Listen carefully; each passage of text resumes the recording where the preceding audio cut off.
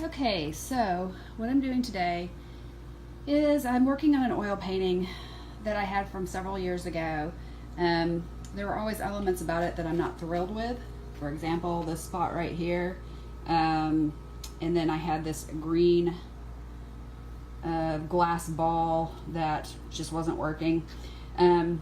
So for those areas, I'm using more thicker resin, or not, I shouldn't say thicker resin, I'm using more pigmented resin.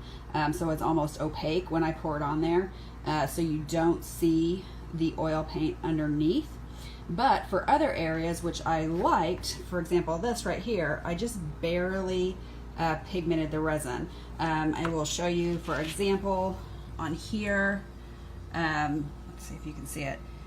See, it's very, like, barely red. I just put a couple of drops of paint in there. It's almost clear. And that'll just kind of create more depth when I pour it on. Because I want to see a lot of these patchy qualities underneath. So I like to use kind of a spoon when I'm pouring because it kind of gives me more control and I can spread it around. So as you can see, when I'm putting it on, you're getting kind of a more, it gives it kind of almost a 3D quality about it, but you're still able to see the really cool oil underneath. So what I'm going to do is I'm going to pour some more of this on. It also kind of gives it a red tint. And then I will come back later and kind of show you after I get more of this done. Okay, so I've got that transparent red poured in the background. And I am going to start working on this bottom one here that I told you I don't really care for too much. So show you on here. I don't know if you can tell the difference on the video or not, but the colors I'm going to be using are much more opaque. And when I pour this on here, you just aren't going to be able to see through it as well. You might still be able to see some of it, but it's going to be pretty covered up. I'll see in there.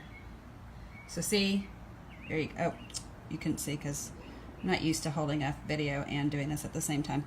So anyway, when you pour this on here, you can't really see the oil underneath because I put more pigment in there. So I'm going to go in through here and get the rest of this put on because I can't. I'm not swift enough to do two things at once. I see some people are, and kudos to them because they must like have 5 hands or something. But I will come back and show you when I have got that done. And I'm going to go back with some of the spots that still don't have resin on, and that'll be kind of like a more transparent blue. So you'll be able to see through it like this. This is like yellow and red tinted resin on that part. Okay, so I finished with the pouring of the resin. At this point, we're going to hope that the canvas holds and doesn't split in the middle because, as I said before, this was originally an oil painting and I did not support the middle, and resin is very heavy. So we're going to wait and see what happens. Also, this will not look exactly like this when it is done because there's still quite a bit of movement happening. But I will post a picture once the resin is dry and you can see how it turned out. So that's it for now.